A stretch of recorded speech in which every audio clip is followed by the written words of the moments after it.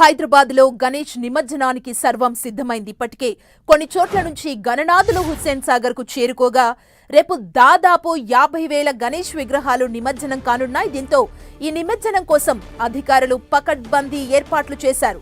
నిమజ్జనం కోసం 20 ప్రధాన చెరువులు, 72 కృత్రిమ కొలనుల్ని ఇప్పటికే సిద్ధం చేశారు. ఇక హుస్సేన్ సాగర్ లో 9 బోట్లను సిద్ధం చేయడంతో పాటు 200 మంది గజ ఈతగాళ్లను రెడీగా ఉంచారు. 134 క్రేన్లు, 259 మొబైల్ క్రేన్లు, శానిటేషన్ కోసం 14,486 మంది సిబ్బంది, 56,187 విద్యుత్ దీపాలను ఏర్పాటు చేశారు. ఇక రేపు 50,000 విగ్రహాలు నిమజ్జనానికి తరలి వస్తాయని అధికారులు అంచనా వేస్తున్నారు. నగరంలో రేపు మొత్తం 303 కిలోమీటర్ల మేర గణేష్ శోభాయాత్రలు కొనసాగనున్నాయి. దీంతో ఎక్కడికక్కడే కంట్రోల్ రూమ్లను ఏర్పాటు చేశారు.